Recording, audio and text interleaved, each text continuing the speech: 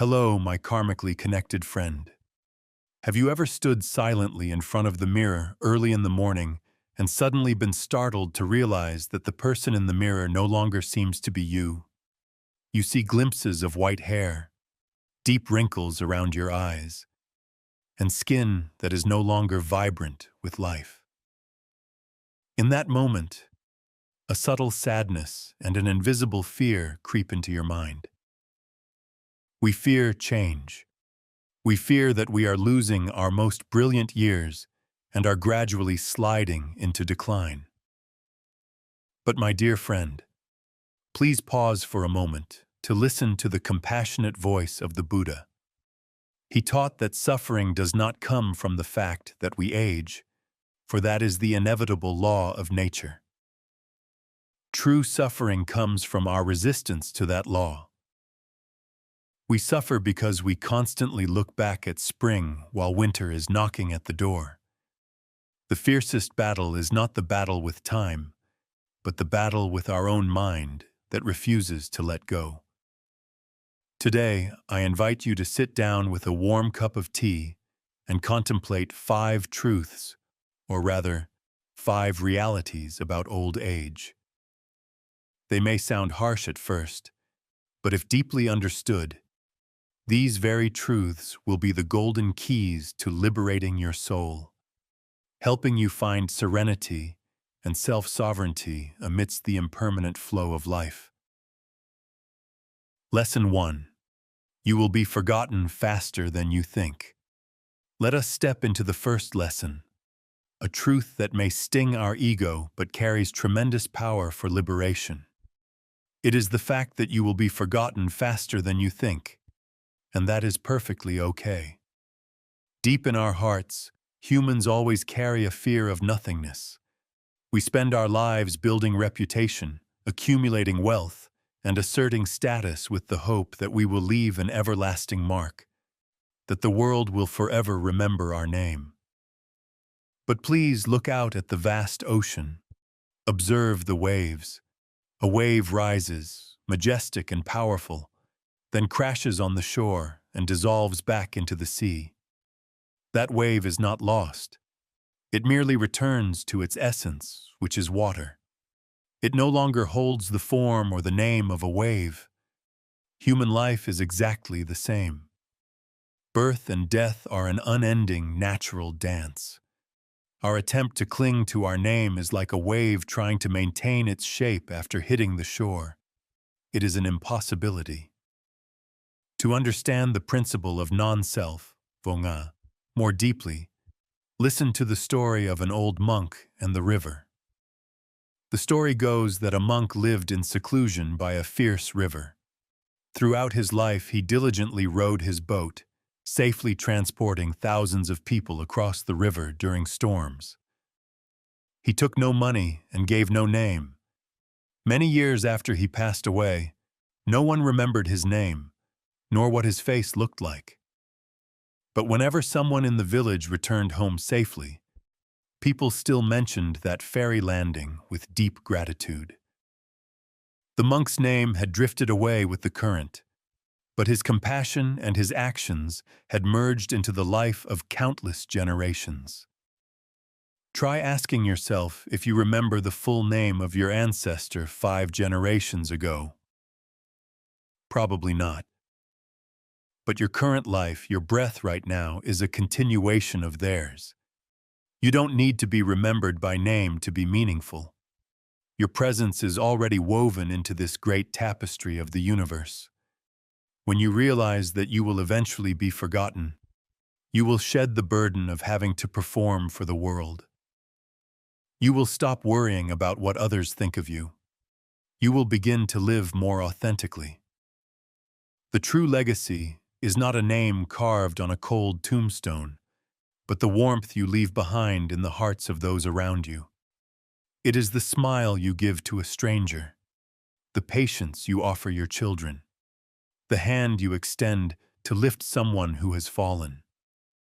Those kind acts are the seeds that will continue to sprout and spread, even when no one remembers the sower.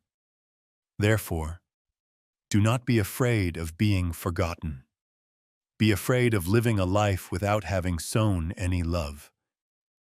When you let go of the ego, let go of the need for recognition, you will find your heart light as a cloud in the sky, and that is true freedom. Lesson 2. The body will betray you. Befriend it instead. After letting go of the external reputation, we turn to face the internal self through the second lesson. There is a harsh reality that we often name the body's betrayal. Recall the days of your youth, when your legs could climb mountains tirelessly. Your eyes were bright, seeing through everything, and sleep came easily. But now, every morning you wake up might be a small battle with joint aches. Your eyes begin to dim, your ears are less sharp, and memory sometimes plays hide and seek. A feeling of powerlessness creeps in, making us prone to resentment. We feel as if the most intimate companion we've had for so many years is turning its back on us, going on strike and abandoning us. But my dear friend, please change your perspective. This body is not betraying you.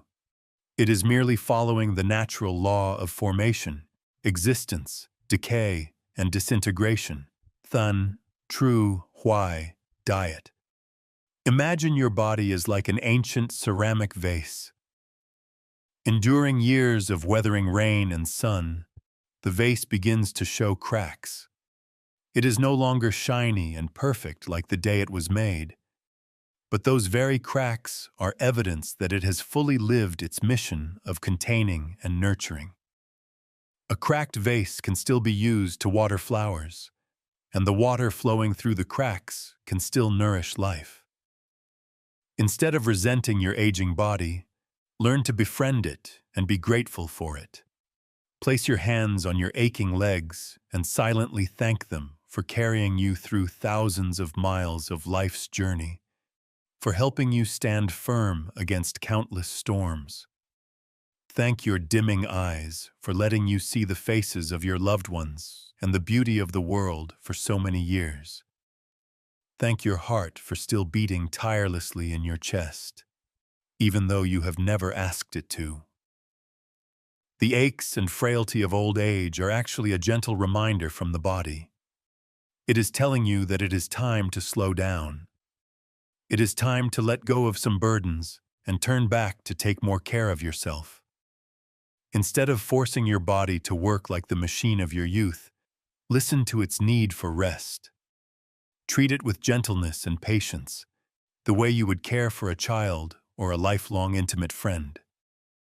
When you change your attitude from resistance to acceptance and love, the physical pain may still be there, but the suffering in your mind will vanish. You will no longer view wrinkles or slowness as an enemy. You will see them as the markings of time, the medals of a life lived with all your effort. Make peace with your body, for it is the only temple sheltering your soul in this lifetime. Peace does not come from a body free of illness, but from a soul that knows how to love and accept all its own flaws. Lesson 3. You cannot make everyone stay. Once we have made peace with the body, the journey continues to lead us to the relationships around us through the third lesson. It is the fact that you cannot keep everyone with you forever, and that is perfectly normal. The further you walk down the other slope of life, the more clearly you will feel the gradual thinning out of the people around you. Friends of your generation pass away one by one. Children grow up and fly to new horizons, and social relationships also gradually fall away over time. Loneliness can strike like a cold wind, making the elderly heart feel unsteady and empty. We often try to cling, wanting our children to stay nearby, wanting friends to always be present. And when this doesn't happen, we feel hurt and resentful. But look at the flowing river. Human life is like that river, and each of us is a drop of water. Some drops merge, traveling together for a long, calm stretch. But when they encounter rapids or a river fork, those drops are forced to separate and diverge into different directions. That is the law of the flow. No one can force it. Some people come to teach us a lesson about love. Some come to teach us a lesson about patience. And some leave to teach us a lesson about letting go. The message that Buddhism wants to convey here is, do not try to possess anyone, even your dearest loved ones.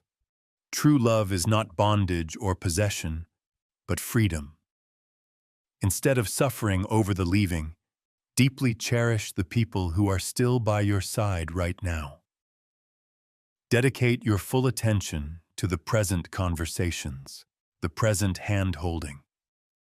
Don't let the regret over those who have left overshadow the precious presence of those who remain. At the same time, open your heart to welcome new connections.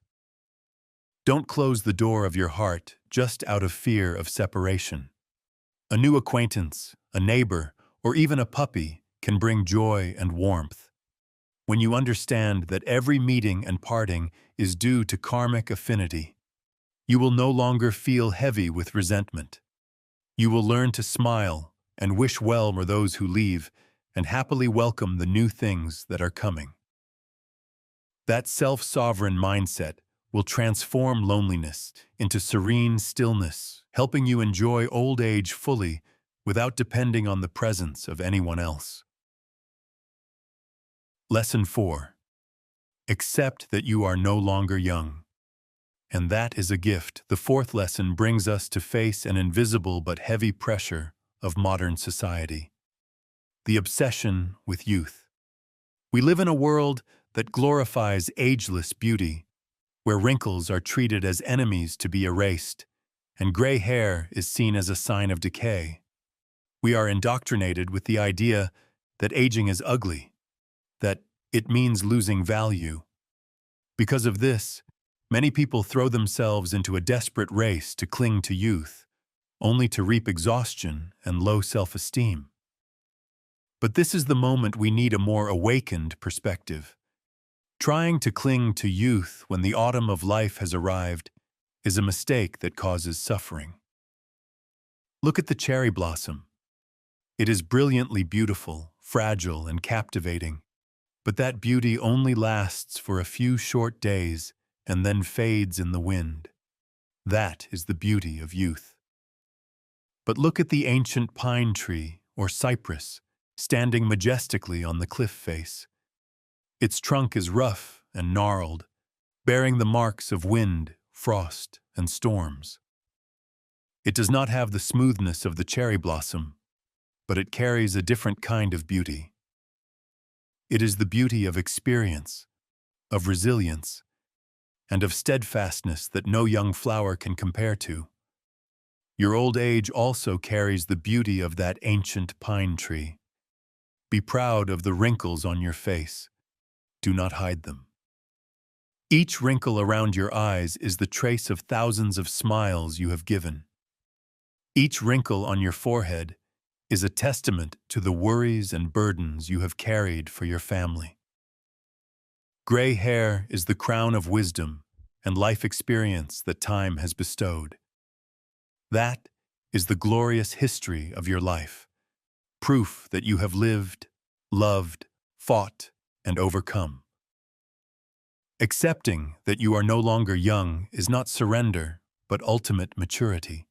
It is a gift that allows you to live authentically. You no longer have to strain yourself to chase after external, fleeting standards. You have the right to slow down, the right to contemplate and enjoy the simple joys that a hurried youth often misses. You have time to watch a flower bloom, to listen to birds sing, to deeply understand the nature of life. The beauty of old age radiates from the serenity of the soul, from gentle eyes and a compassionate smile. That is a beauty with depth, capable of healing and warming others. Cherish this period of your life. For this is the time when the fruit of wisdom has fully ripened for you to offer the world its sweetest flavors. Do not regret the faded flower. Enjoy the ripe fruit in your hand. Lesson 5. The people you love will gradually depart. We enter the final lesson, the most difficult and painful one that everyone must face: eternal separation. The harsh truth is that the people you love the most, parents, spouses, or soulmates, will gradually leave this world. The pain of loss can tear at your heart and leave a vast emptiness that nothing can fill.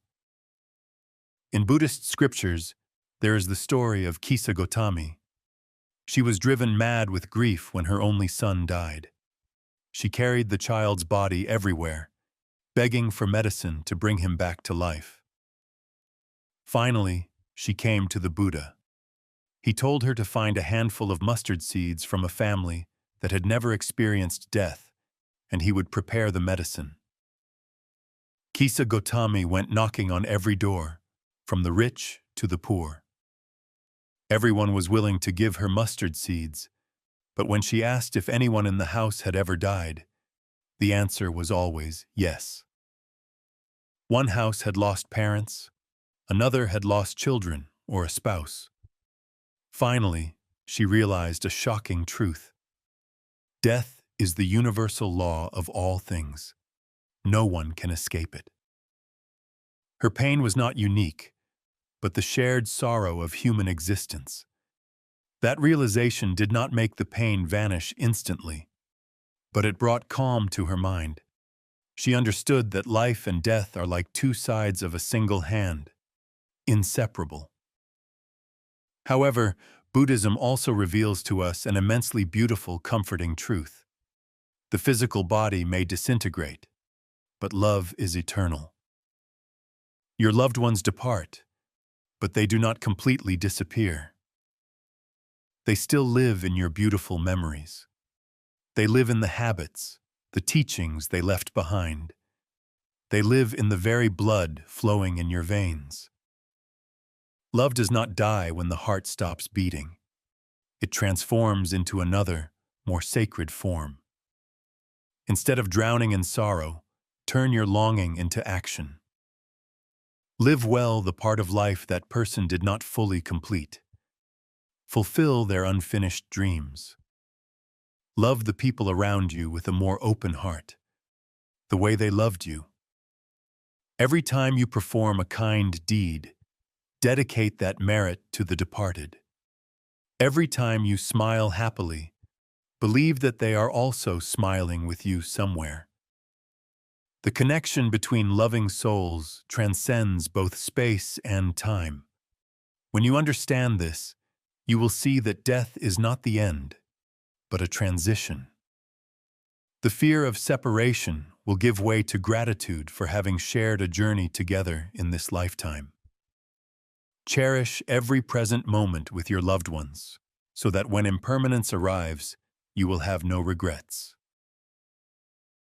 My dear friend, we have just walked through 5 truths about old age.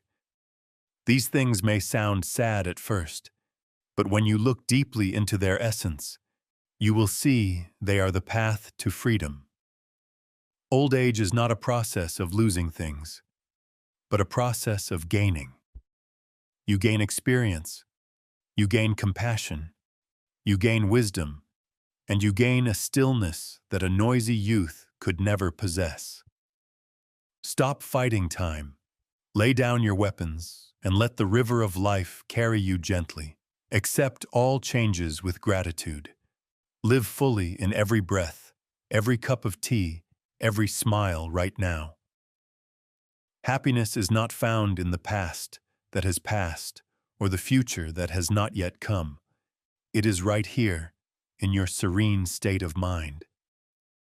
If these sharings have brought you relief, please leave a comment sharing your feelings so we can connect. Don't forget to subscribe to the channel to continue this journey toward peace.